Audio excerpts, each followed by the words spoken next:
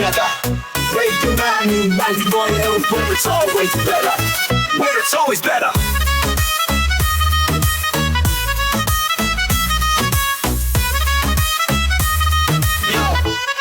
Yo.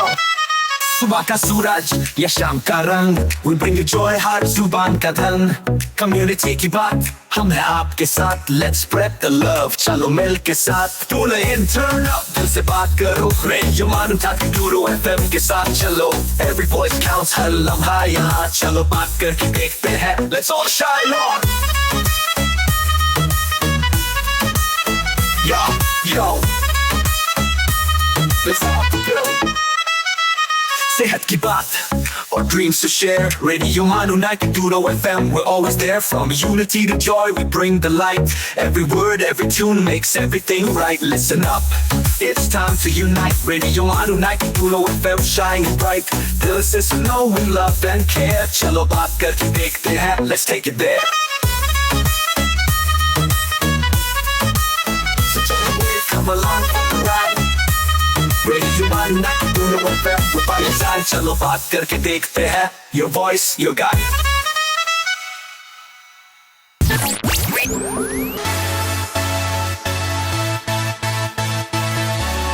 You are listening to Radio Manu 90.0 FM. चलो बात करके देखते हैं.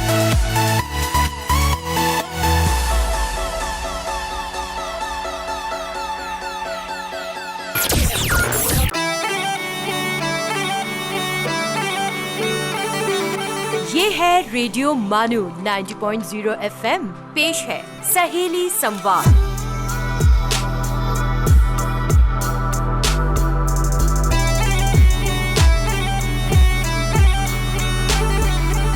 आदाब हैदराबाद, मैं हूं आरजे मोनिशा और सहेली संवाद के एक और एपिसोड में आपका स्वागत है. Saheli Samvad is brought to you by centre for women studies, Maulana Azad National Urdu University and Rubaru, a youth development organization working on issues of social inclusion in Hyderabad for the last 10 years. सहेली संवाद के आज के episode में हमारे साथ हैं doctor Farzana Khan, जो हेड ऑफ प्रोग्राम्स हैं at my choices foundation. Hi doctor Farzana. Hello Manisha. आज के एपिसोड में हम घरेलू हिंसा और उस पे मदद कैसे ले, इस पर बात करेंगे. So hi Dr. Farzana, welcome to today's show. Thank you Manisha. So शुरू करने से पहले, हमारे आज के टॉपिक पर शुरू करने से पहले, अगर आप अपने बारे में थोड़ा बता पाएं और माई चॉइसेस फाउंडेशन के बारे में थोड़ा बता पाएं हमारे ऑडियंस के लिए. जी ज़रूर. मैं फरजाना हूँ और मैं पिछले 11 साल से माई चॉइसेस फाउंडेशन के साथ मिलकर काम कर रही हूँ. जेंडर जस्टिस या कहिए वायलेंस अगेंस्ट वुमेन का जो मुद्दा है, इस पर मैं पिछले 15 साल से काम कर रही हूँ. और माई चॉइसेस फाउंडेशन 2012 में इस्टेब्लिश हुआ था हैदराबाद में.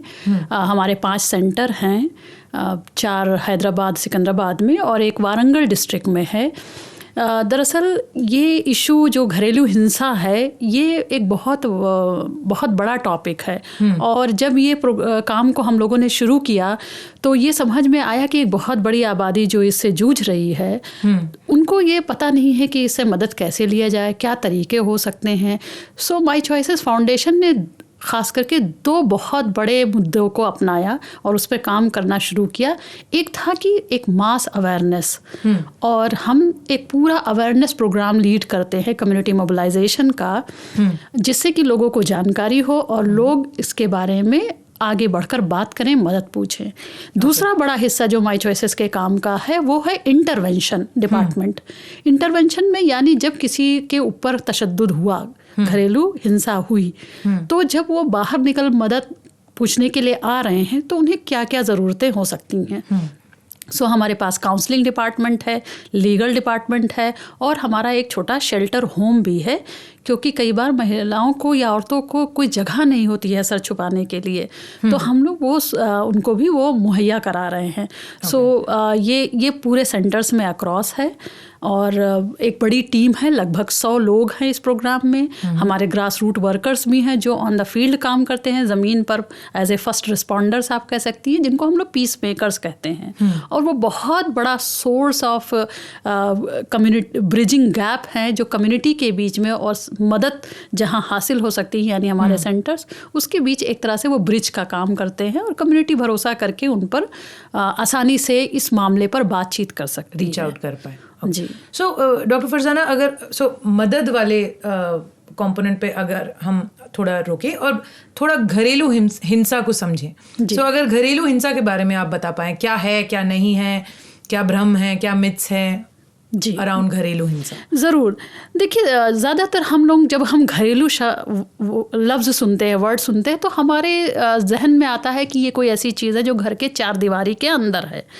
और जब हिंसा जुड़ जाता है तो ये थोड़ा सा कॉन्ट्राडिक्शन जैसा दिखता है, क्योंकि घर के चार दीवारी के अंदर हिंसा कैसे हो सकती है, ये ज़्यादातर लोगों के जहन में बात आती है।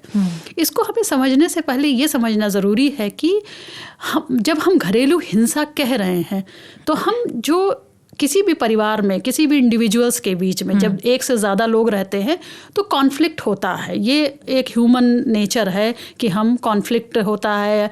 हम कुछ लोगों की पर्सनालिटी डिफरेंट होती है, मुख्तलिफ होती है। कोई ज़रूरी नहीं कि सबके ख़यालात, राय, बैकग्राउंड सेम हों। तो ये घरेलू हिंसा नहीं है अगर परिवार में आपस में कुछ मनमुटाव रहता है, कुछ इख्तलाफात रहते हैं नज़रियों में, वो घरेलू हिंसा उस चीज़ को हम नहीं कह रहे हैं। घरेलू हिंसा दरअसल एक पर्पसफुल पैटर्न है। जब हम पर्पसफुल पैटर्न कर रहे हैं तो इसका मतलब है जानबूझकर किया गया। ये जानबूझकर किया गया होता है, एक मकसद से किया जाता है, और मकसद क्या है? कंट्रोल करना, पावर का डिस्प्ले करना। और इसका जो मैनिफेस्टेशन है, ये कैसे दिखाई देता है? ये शारीरिक हिंसा यानी मारपीट के तौर पर हो सकता है, जिसको हम लोग शारीरिक हिंसा कहते हैं। मानसिक या वर्बल जिसको कहते हैं, बोल करके किया जाने वाला। और ये इकोनॉमिक भी हो सकता है और सेक्सुअल वायलेंस भी हो सकता है, यानी जो जिनसी यौनिक हिंसा जिसको कहते हैं हम, वो भी हो सकता है। और ये सारी चीज़ें जो हो रही हैं वो घर की चार दीवारी के अंदर हो रही हैं। इसका जो सबसे सैड पार्ट ये है कि जो सबसे बड़ा मिथ है घरेलू हिंसा के को लेकर के, कि घर जो है वो एक परिवार जो होता है वो एक औरत के लिए सबसे सेफ स्पेस कंसीडर किया जाता है। बिल्कुल। लेकिन अगर आप डेटा देखें तो जो NFHS का डेटा है, जो नेशनल फैमिली हेल्थ सर्वे, जो बहुत ही वाइड स्केल पे सर्वे करते हैं और हमारे इंडिया में होने वाला सबसे बड़ा सर्वे है जो इन सब चीज़ों को देखता है, वो ये कहता है कि लगभग 39 यानी क्लोज टू 40% जो औरतें हैं वो घरेलू हिंसा का शिकार होती हैं। और ये रिपोर्टेड वायलेंस। हाँ, ये रिपोर्टेड वायलेंस है। एग्जैक्टली मनीषा। अब आप बताइए कि कितनी हमारे घर में माएँ और बहनें हैं जो कुछ मामला हुआ जो पर्पसफुल था, वो जाकर के पुलिस में या किसी इदारे में, किसी संस्था में हमारे जैसे बताती हैं?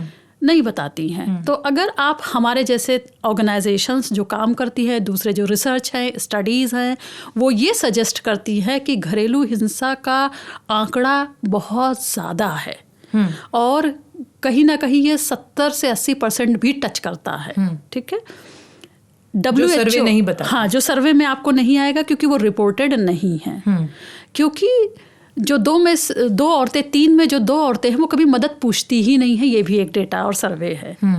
जो हमारे WHO यानी वर्ल्ड हेल्थ ऑर्गेनाइजेशन है, सिर्फ हिंदुस्तान की या इंडिया की बात नहीं हो रही है, डोमेस्टिक वायलेंस वर्ल्ड वाइड है, अक्रॉस ऑल द कंट्रीज़ है। WHO का डेटा कहता है कि 3 में से 1 औरत जो है अपने लाइफ टाइम में, पूरी दुनिया में 3 में से 1 औरत घरेलू हिंसा या इंटीमेट पार्टनर जिसको बोलते हैं ना, या तो शादी के रिश्ते में थी या शादी जैसे रिश्ते में रह रही थी, वो ज़रूर अपने ज़िंदगी में घरेलू हिंसा का शिकार होती है।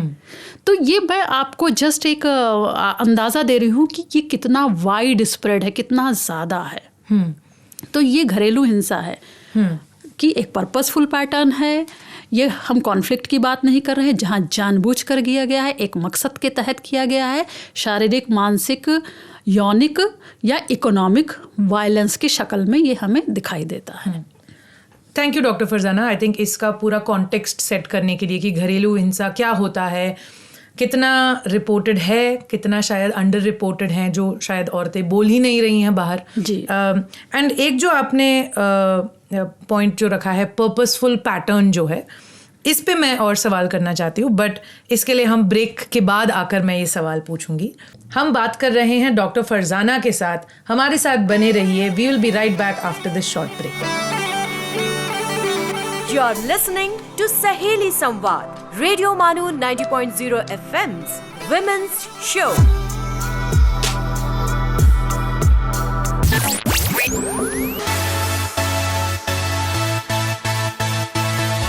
सुनते रहिए रेडियो मानो 90.0 FM। चलो बात करके देखते हैं।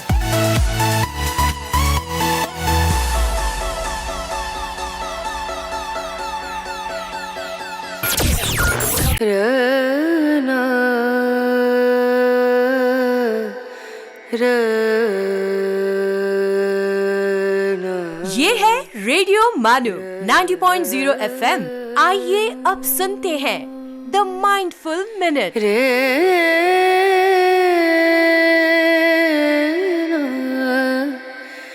Abigail said, if you want your children to turn out well, spend twice as much time with them and half as much money.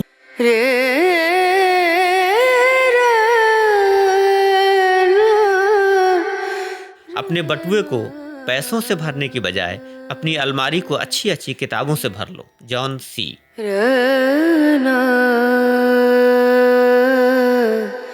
Vinoba Bhave, जिन्होंने धरती के लिए या कह लीजिए भू सत्याग्रह किया था, उन्होंने कहा है, द्वेष बुद्धि को हम द्वेष से नहीं मिटा सकते, प्रेम की शक्ति ही उसे मिटा सकती है।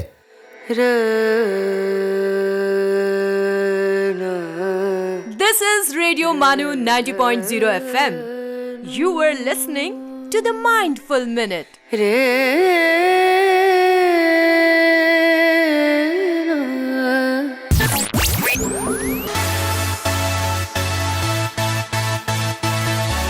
ये है रेडियो मानो 90.0 FM। चलो बात करके देखते हैं। सुनते रहिए रेडियो मानो 90.0 FM।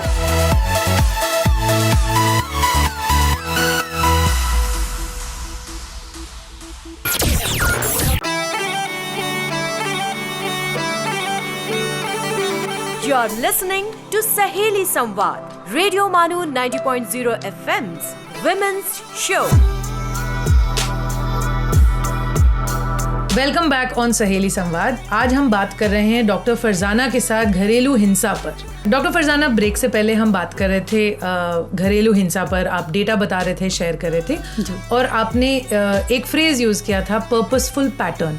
सो अगर उसके बारे में अगर आप थोड़ा और बता पाएं हमारे ऑडियंस के लिए, क्योंकि घर को अगर हम सेफ स्पेस मानना चाह रहे हैं और अगर हम उसमें घरेलू हिंसा की बात कर रहे हैं और इसमें आप कह रहे हैं कि जब वो जानबूझ के किया जाता है, वो what is this purposeful pattern, what is this intention? हाँ, मैं आपको क्लैरिफाई करना चाहूँगी मोनिशा कि जब हम पर्पसफुल पैटर्न बोलते हैं तो इसका मतलब है कि ये जानबूझकर किया गया है। कई बार लोग इस चीज़ को एक्सेप्ट नहीं करते हैं और तरह तरह के जस्टिफिकेशन देते हैं कि क्यों हुआ ये वायलेंस। लेकिन इसको हम थोड़ा सा और डीपर अगर हम इसको डिग करेंगे और गहराई से समझेंगे तो हमें ये समझ में आएगा कि ज़्यादातर कल्चर्स में अक्रॉस जो औरत और बच्चे हैं, ये एक मर्द की, एक पुरुष की हमारे समाज में एक मिल्कियत के जैसे, यानी उनकी पर्सनल प्रॉपर्टी के जैसे देखे जाते हैं।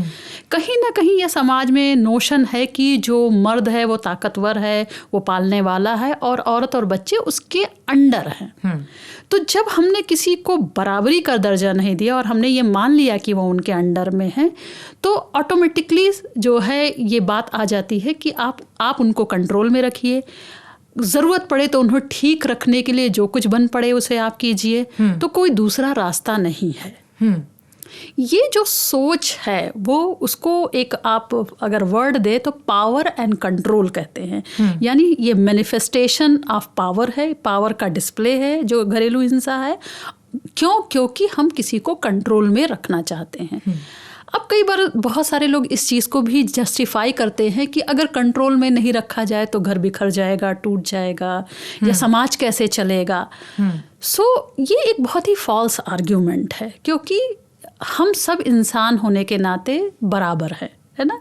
मैंने जैसा पहले भी कहा कि कॉन्फ्लिक्ट हो सकता है रिश्तों में, इख्तलाफात हो सकते हैं, नज़रिए अलग हो सकते हैं, लेकिन क्या दुनिया में हर इख्तलाफ को, हर कॉन्फ्लिक्ट को हम क्या मारपीट से या हिंसा करके या दूसरे तरह के तशद्दुद या हैरेसमेंट करके हम हल करते हैं? नहीं। फिर जब औरत की बात आती है, घर की बात आती है, तो क्यों कर रहे हैं?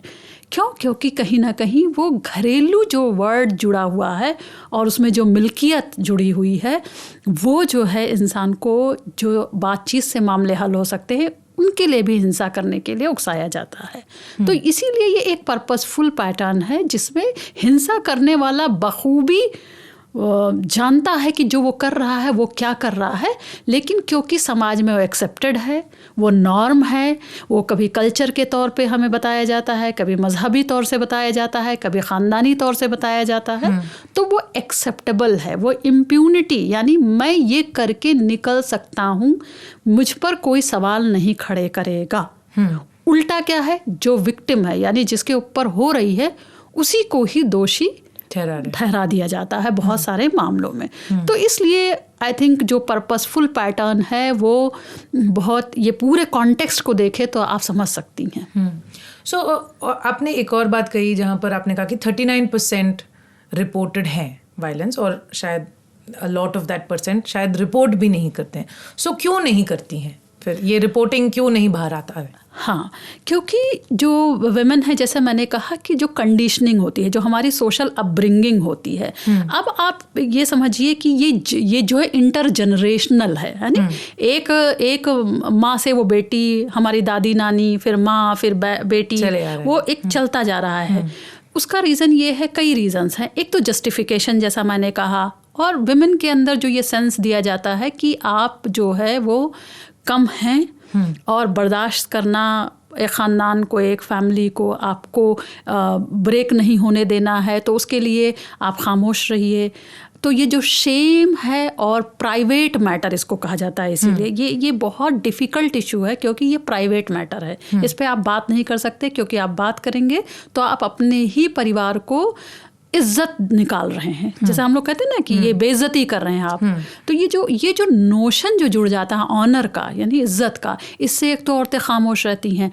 दूसरी वजह ये भी है बहुत बार कि वुमेन को सपोर्ट नहीं है और हिंसा को जस्टिफाई किया जाता है वाइडर लेवल पे। इसलिए औरतें जानती हैं कि अगर मैं आवाज़ भी उठाऊंगी तो मेरी बात पर कोई यकीन नहीं करेगा, मुझे ही शेम मिलेगा, मुझे कोई बाहर सपोर्ट सिस्टम नहीं है, तो इससे बेहतर है मैं खामोश रह के बर्दाश्त कर लूँ, क्या पता चीज़ें ठीक हो जाएंगी।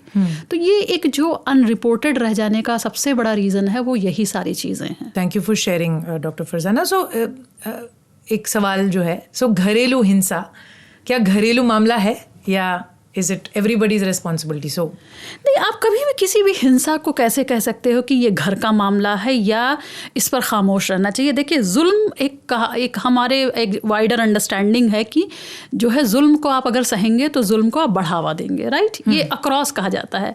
लेकिन बहुत ही ये दुर्भाग्य है कि औरतों के मामले में ऐसा नहीं कहा जाता। औरतों की जहाँ बारी आती है वहाँ कहा जाता है कि आप बर्दाश्त कर लीजिए, इसी में सबकी भलाई है। तो ये जो हम दो नॉर्म्स अपने समाज में खड़े कर रहे हैं, वो भी बहुत बड़ा रीज़न है ये हिंसा के परसेंटेज जो मैं आपको 70-80 बताई, उसको वहाँ तक ले जाने में। लोगों को लगता है कि ये बहुत छोटा मोटा मामला है, हर घर में होता है, बर्दाश्त कर लेना चाहिए। लेकिन अगर आप हिंसा के कॉन्सिक्वेंसेस देखिए दुनिया भर में, मैं सिर्फ हिंदुस्तान की बात नहीं कर रही, दुनिया भर में हिंसा का जो घरेलू हिंसा का सिर्फ मैं आपको बता रही हूँ कि अगर आप उसके नुकसानात देखिए तो ये बहुत बड़ा नुकसान है। कैसे?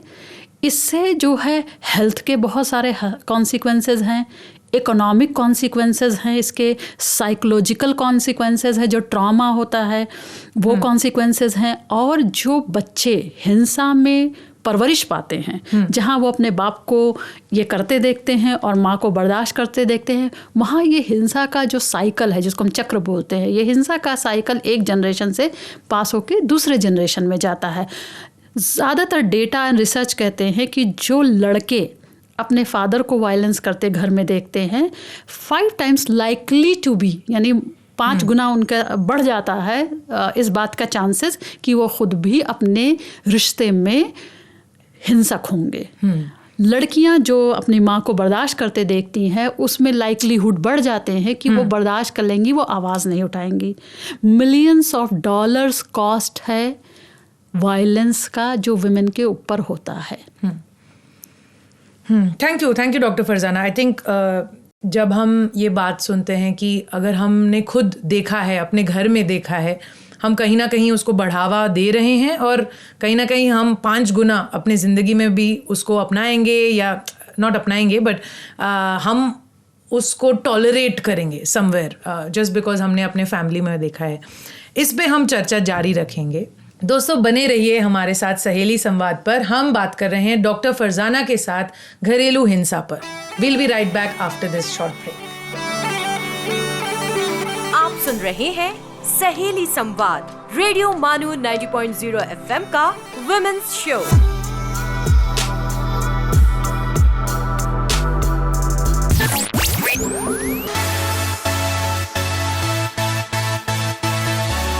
Keep listening to Radio Manu 90.0 FM.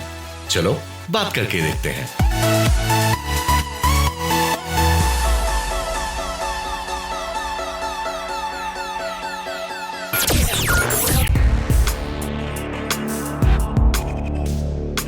आइए अब सुनते हैं हिस्ट्रीज मिस्ट्रीज। आदाब दोस्तों, हिस्ट्री मिस्ट्रीज में आपका खैर मकदम है। दोस्तों क्या आप जानते हैं कि बर्लिन वॉल का गिरना एक मिस कम्युनिकेशन का नतीजा था। दोस्तों सेकंड वर्ल्ड वार के बाद 1949 में जर्मनी को 2 हिस्सों में बांट दिया गया था। ईस्ट जर्मनी सोवियत यूनियन को दे दिया गया, जो बना जर्मन डेमोक्रेटिक रिपब्लिक। वहीं वेस्ट जर्मनी जो यूनाइटेड स्टेट्स, ग्रेट ब्रिटेन और फ्रांस के कंट्रोल में था, जिसे रीयूनाइट करके फेडरल रिपब्लिक ऑफ जर्मनी का नाम दिया गया था। इस तरह ये 2 अलग अलग मुल्क बने। दोस्तों इस बंटवारे ने जर्मनी के कैपिटल बर्लिन को भी 2 हिस्सों में तकसीम किया था। रोजगार की तलाश में बड़े पैमाने पर लोग ईस्ट से वेस्ट जर्मनी जाने लगे। इस माइग्रेशन की वजह से ईस्ट जर्मनी की इकोनॉमी बर्बाद हो रही थी। इसलिए जर्मनी की सोवियत सरकार ने इस ब्रेन ड्रेन को रोकने के लिए 12 और 13 अगस्त 1961 की रात बर्लिन में एक दीवार खड़ी कर दी, जिसे बर्लिन वॉल के नाम से जाना जाता है। मगर दोस्तों 1989 में लगातार हो रहे आंदोलन और यूरोप में हो रहे पॉलिटिकल बदलाव ने इस जर्मनी की सरकार पर दबाव डाला कि वो वेस्ट जर्मनी जाने वाले लोगों के लिए ट्रैवलिंग रेगुलेशन में बदलाव लाए और इसे आसान करे। जनता के दबाव में ईस्ट जर्मनी की सरकार ने नए रेगुलेशन बनाए जो पहले से ज़्यादा आसान थे, जिसे फेज वाइज लागू किया जाना था। इस नए रेगुलेशन की जानकारी प्रेस को देने की जिम्मेदारी सोवियत सरकार के स्पोक्स पर्सन गुंटर साबोस्की को दी गई। दोस्तों साबोस्की से यहाँ एक गलती हो गई कि उन्होंने इस नए ट्रैवल रेगुलेशन के दस्तावेज को ठीक से पढ़े बिना 9 नवंबर 1989 को एक प्रेस कॉन्फ्रेंस में सरकार के इस नए रेगुलेशन की जानकारी मीडिया को दी। प्रेस कॉन्फ्रेंस में साबोस्की ने ये अनाउंस किया कि अब यहाँ की जनता ईस्ट जर्मनी से वेस्ट जर्मनी आसानी से सफ़र कर सकती है। उनके सफ़र के रूल्स को आसान किया जा रहा है, जो कि ठीक था। दोस्तों ये रेगुलेशन वैसे तो 10 नवंबर से पासपोर्ट दफ्तर खोलने के बाद लागू होने थे, मगर इस प्रेस कॉन्फ्रेंस में जब एक जर्नलिस्ट ने पूछा कि ये रूल्स कब लागू किए जाएंगे, तब इसके जवाब में साबोस्की ने यह कह दिया कि अभी इसी वक्त से। मीडिया ने इस खबर को ब्रॉडकास्ट कर दिया कि बॉर्डर खोले जा रहे हैं, अब लोग आसानी से बॉर्डर के उस पार जा सकते हैं। ये खबर जंगल की आग की तरह फैल गई और जल्द ही पुरजोश हुजूम अलग अलग चेक पॉइंट्स पर लाखों की तादाद में बर्लिन वॉल के दोनों तरफ इकट्ठा होना शुरू हो गए, जो बॉर्डर खोले जाने की खबर सुनकर वहां आए थे और बॉर्डर के दूसरी तरफ जाना चाहते थे। यहाँ मौजूद गार्ड्स भी कंफ्यूज थे कि उन्हें क्या करना है, लोगों को रोकना है या नहीं। और आखिरकार 9 नवंबर 1989 की रात बॉर्डर खोल दिए गए और फिर बर्लिन की दीवार गिरा दी गई। लोगों ने बॉर्डर पार किया और अपने अजीजों को गले से लगा लिया। और फिर लगभग 11 महीनों के बाद 3 अक्टूबर 1990 जर्मनी फिर से रीयूनाइट हो गया और दोबारा एक मुल्क बन गया। दोस्तों देखा आपने कैसे एक छोटे से मिस कम्युनिकेशन की वजह से लगभग 3 दहाइयों से खड़ी दीवार गिरा दी गई। आज हिस्ट्रीज मिस्ट्रीज में इतना ही। फिर आपसे मुलाकात होगी एक नए हिस्टोरिकल टॉपिक के साथ। तब तक के लिए मुझे यानी अपने दोस्त उबैद को दीजिए इजाजत। आदाब। You were listening to History's Mysteries.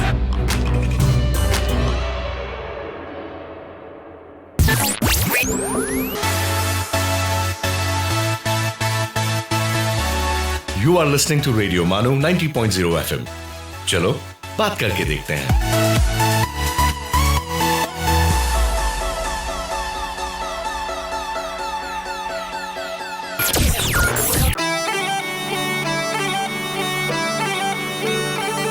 आप सुन रहे हैं सहेली संवाद, रेडियो मानू 90.0 FM का women's show.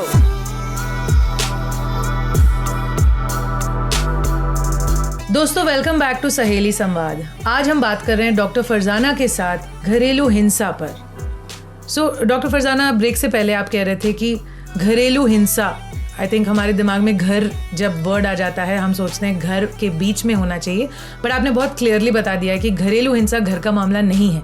It is a सामाजिक इशू और सबको उस पर आवाज़ उठाने की ज़रूरत है। अभी तक आपने घरेलू हिंसा पर बताया, स्टैटिस्टिक्स शेयर किया और इंसिडेंट्स शेयर किए, बट अगर किसी को मदद लेना है तो कब लेना चाहिए? घरेलू हिंसा अगर होता है उनके घर में, कब लेना चाहिए? कितने हद तक बर्दाश्त करना चाहिए? क्योंकि हम बहुत बार सुनते हैं कि एक बार क्या हुआ, एक बार हुआ तो क्या हुआ, 2 बार सह लो, 3 बार सह लो, बट कब लेना चाहिए मदद हमको? मोनिशा, एक ये जब हम लोग काम करते हैं और अपने एक्सपीरियंसेस भी देखते हैं कि ये जनरल अंडरस्टैंडिंग है कि कोई घर को बचाने के लिए आप बर्दाश्त कर लीजिए, लेकिन उस बर्दाश्त की कोई सीमा नहीं है। क्योंकि हमने देखा कि 30 साल तक भी औरत ने बर्दाश्त किया, फिर भी कुछ नहीं हुआ, या 6 महीने उसने बर्दाश्त किया, साल भर बर्दाश्त किया। ये बर्दाश्त का मामला है ही नहीं। बेसिकली ये अंडरस्टैंडिंग और समझ की बात है कि अगर कोई भी रिश्ता और कोई भी घर अगर हेल्दी नहीं है तो उसको या तो हेल्दी बनाने के डायरेक्शन में काम किया जाए, है ना। तो वो काम करने के लिए आपको मदद तो पूछना पड़ेगा, है ना। तो इसलिए ये डे 1 पे, डे 2 पे, डे 3 ये डिस्कशन का मुद्दा ही नहीं होना चाहिए। ये बात होना चाहिए कि अगर कोई रिश्ता सही नहीं है, अनहेल्दी है, क्योंकि वायलेंस एक अनहेल्दी रिलेशनशिप है। अगर वायलेंस है उसमें तो रिस्पेक्ट नहीं है, लव नहीं है, अफेक्शन नहीं है, राइट। तो उसको हमें उसके दिशा में फ़ौरन काम करना स्टार्ट कर देना चाहिए और उसके लिए हमें मदद मांगना चाहिए। हमारा तसव्वुर ज़्यादातर ये है, और अक्सर हम लोग जब काम करते हैं चाहे कम्युनिटी में, चाहे पुलिस के साथ और अदर डिपार्टमेंट्स के साथ, तो वहाँ पर ज़्यादातर देखते हैं कि कितना सीवियर वायलेंस हुआ है तब तुम्हें आना चाहिए। तो हमारा फोकस सीवियरिटी पर क्यों है? क्यों हम उसको वो लेवल क्रॉस होने देते हैं?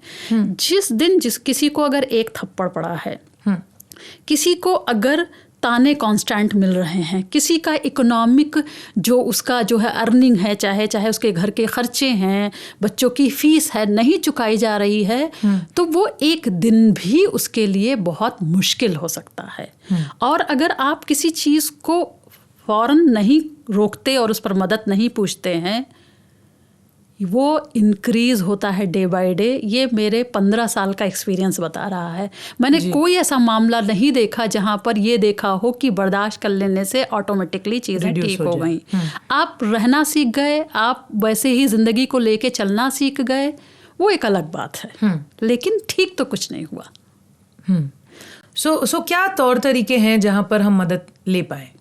देखिए, आज एक बहुत लोगों के मन में ये भी मिथ रहता है, क्योंकि हम लोग कम्युनिटीज़ में भी काम करते हैं, कि सबसे बड़ा डर जो औरत को रोकती है मदद पूछने से, पहला अवेयरनेस नहीं है, जिसको वो सोचती है एक्सेप्टेड है, नॉर्म है और इसमें कोई बुराई नहीं है। अगर वो मुझे खिलाता है तो वो मुझे मार भी सकता है।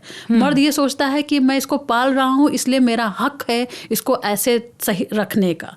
तो ये सबसे पहले तो जो पहला स्टेप शुरू होता है, इसको अगर हमें सुधारना है, इस पर कुछ करना है, तो वो है कि आप अवेयरनेस लाइए। दूसरा तरीका ये है कि अगर कोई सफ़र कर रहा है तो जो दूसरा भ्रम है उसको तोड़ने की ज़रूरत है, मिथ को, कि जैसे ही आप मदद मांगेंगी आपका घर टूट जाएगा। ये एक सबसे बड़ा मिथ है और हम लगातार उसके साथ काम कर रहे हैं कि मदद लेने से आपका घर नहीं टूटेगा। बहुत सारे आज के वक्त में ज़रिए हैं जिसके से तरीके से आप ले सकते हैं। स्टेप 1 आई थिंक है कि सबसे पहले आप उसे एक्नॉलेज करके आप बात करिए किसी से। दूसरा स्टेप है कि आप किसी प्रोफेशनल की मदद लीजिए। और प्रोफेशनल कौन हो सकते हैं? जैसे हो सकता है कि आप जब फैमिली में बात करते हैं तो डिस्प्यूट और बढ़ सकता है, क्योंकि वहाँ 2 पार्टीज हो जाते हैं और अक्सर एक दूसरे के ऊपर ब्लेम शुरू होता है।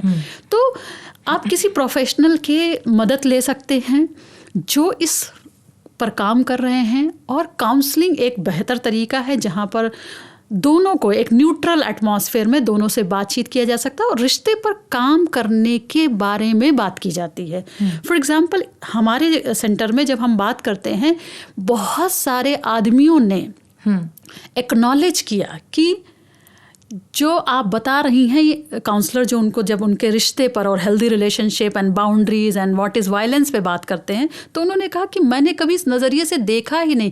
काश मुझे बचपन से ये चीज़ें हमने अपने आसपास अपने घर में देखा होता तो मेरी एक दूसरी समझ होती। मुझे ये था कि यही सही तरीका है। तो आप समझ रहे हैं, 18,000 केसेस हमने माई चॉइसेस के अंदर देखे हैं, 18,000 प्लस केसेस डोमेस्टिक वायलेंस के। आप यकीन नहीं करेंगे कि सिर्फ 300 या 400 से केसेस कोर्ट में गए हैं जो बहुत क्रिटिकल मामले थे। क्योंकि कुछ लोग हिंसा के साथ साथ क्रिमिनल मेंटालिटी जब डेवलप हो जाती है और किसी तरीके से वो लाइफ थ्रेटनिंग सिचुएशंस होते हैं कई बार, तो वही मामले कोर्ट को गए। बाकी जो है बातचीत से एक्सपर्ट, रिलेशनशिप एक्सपर्ट हैं, वो आपकी हेल्प करेंगे। कुछ लोगों को एंगर इश्यूज़ हो सकते हैं, कुछ लोगों को मिसकंसेप्शंस हो सकते हैं, misunderstanding, communication. There is so many ways to work on a relationship. आपको बस एक स्टेप आगे बढ़ा के वो फियर निकाल करके मदद के लिए आवाज़ उठानी है। ये बहुत इंटरेस्टिंग बात कही है आपने, जहाँ पर जैसे आपने कहा कि आपने माई चॉइसेस में देखा है कि लगता है कि वायलेंस तो सबको समझ होनी चाहिए कि वायलेंस क्या होता है, बट जब हमने आसपास बचपन से ही देखा है कि वो ही एक तौर तरीका रहा है, तो फिर कहीं ना कहीं हम अपने दिमाग में भी बना देते हैं कि अच्छा ये तो नॉर्मल ही है। बट एक अलग तरीके से देखना कि अच्छा ये तो वायलेंस है, it should not be normalized. जी, आई थिंक बहुत interesting, I think just perspective है कि हम violence is assumed to be not good, and but when we realize that it's only when I'm recognizing it that it is actually not good instead of just a behavior. So yeah, thanks for sharing that. So और क्या तरीके? So आपने कहा awareness, आपने कहा acknowledgement, then what? तो तीसरा जो तरीका मैंने कहा कि वो कुछ ऐसे लोग जो इदारे हैं, काम कर रहे हैं, बहुत सारी संस्थाएं हैं, आप अपने आसपास आप एक गूगल सर्च कीजिए, आपको मिल जाएगा। और सबसे बड़ी चीज़ है कि वो एनोनिमिटी भी रहती है। कई बार वुमेन को डर होता है कि मुझे फ़ौरन जो है मेरे घर वालों को पता चल जाएगा। तो ये सेंटर्स जो होते हैं एनोनिमिटी भी होती है, आपका नाम जाहिर नहीं होता है। जब तक आपके अंदर वो फियर जो होता है, वो जो बहुत सारे आपके दिमाग में, दिमाग में जो जद्दोजहद चल रही होती है, उसको सबसे पहला चीज़ हम पर काम करने की ज़रूरत है। हम एक्नॉलेज करें और अपने अंदर से वो डर निकालें, तो हम आगे वाले को भी समझा सकते हैं। सो काउंसलर का जॉब ये होता है कि पहले विमेन को एम्पावर करे और फिर जब वो कॉन्फिडेंट हो जाती है, उसका डर निकल जाता है, तब उनकी फैमिली को, उनके स्पेशली उनके शौहर जो हैं, हस्बैंड जो हैं, उनको अप्रोच किया जाता है। और मेल को भी अप्रोच करने का एक बहुत यूनिक तरीका होना चाहिए। देखिए, अगर आप किसी को लेबल करेंगे या ब्लेम करेंगे, जो एक लर्न बिहेवियर है, पैटर्न है, तो वो फिर वो विड्रॉ हो जाते हैं। बिल्कुल। लेकिन अगर आप उन्हें ये अंडरस्टैंडिंग देते हो कि आप एक प्रॉब्लम से गुजर रहे हैं और we are here to help you, specially जहाँ पर बहुत सीवियर लाइफ थ्रेटनिंग अब्यूज़ नहीं है, वहाँ पर आप बातचीत से उनको जो है, जो कपल काउंसलिंग है, फैमिली काउंसलिंग है, उसके ज़रिए आप वो अंडरस्टैंडिंग दे करके उनके रिश्ते पर काम कर सकते हो। जनरली एक कपल पे काम करने के लिए कम से कम 3 to 4 to 5 सेशंस तो मैंडेटरी हैं कि आप उनके साथ काम करिए। और कई बार फैमिली का इन्वॉल्वमेंट बहुत ज़्यादा है, उस वक्त भी अंडरस्टैंडिंग दी जाती है कि कैसे आप फैमिली को एज ए कपल, आपका क्या गोल होना चाहिए, आप अपने मैरिज को कैसे देखते हो। So there is a lot of technique also, it's not a just talking. Generally लोगों का रहता है बातचीत किया और हल हो गया, वैसा नहीं होता है। It requires a special technique जहाँ पर आप दोनों के ऊपर काम करते हो और उन्हें समझ देते हो। कुछ मामले ऐसे हो सकते हैं मोनिशा कि जहाँ पर आपको पुलिस इंटरवेंशन की भी ज़रूरत पड़े, कोर्ट इंटरवेंशन की भी ज़रूरत पड़े, वो भी करना चाहिए, क्योंकि हमने कुछ मामले बहुत सीवियर देखे जहाँ बातचीत बिल्कुल काम नहीं कर सकता है। तो औरत को उससे भी झिझकना नहीं चाहिए। बहुत बार आप जिस चीज़ को समझ रहे हो कि आप अपनी फैमिली सेव कर रहे हो, घर बचा रहे हो, वो फैमिली ऑलरेडी ब्रोकन है और उसके कॉन्सिक्वेंसेज इतने दूर तक हो सकते हैं जिसका आप अंदाज़ा नहीं लगा सकते डैमेज का। तो पुलिस इसीलिए बनाई गई है, कानून इसीलिए लाया गया है कि जब वो वक्त आ जाए तो आप उसकी हेल्प ले लीजिए। अभी भरोसा सेंटर्स हैं, सखी सेंटर्स हैं, ऑर्गेनाइजेशंस लाइक अस हैं, बहुत सारे तरीके हैं वुमेन को अप्रोच करने के और उसके सुविधा के हिसाब से उसे वो ऑप्शंस दिए जा रहे हैं। थैंक यू डॉक्टर फरजाना, बहुत ही एनरिचिंग डिस्कशन रहा है इस एपिसोड में घरेलू हिंसा पर और उस पर हम मदद कैसे ले उस पर। Thank you so much for joining us today. Thank you Manisha. दोस्तों, ये था आज का एपिसोड, बहुत ही इंसाइटफुल, बहुत ही एनरिचिंग डॉक्टर फरजाना के साथ। हम लौटेंगे एक और एपिसोड, एक और दिन और एक और नए गेस्ट के साथ। तब तक के लिए मैं हूँ RJ Monisha, signing off. You were listening to सहेली संवाद on Radio Manu 90.0 FM। चलो बात करके देखते हैं।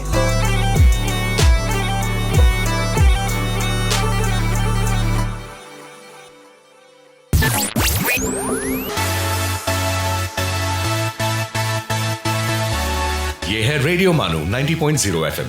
चलो बात करके देखते हैं। सुनते रहिए रेडियो मानू 90.0 FM।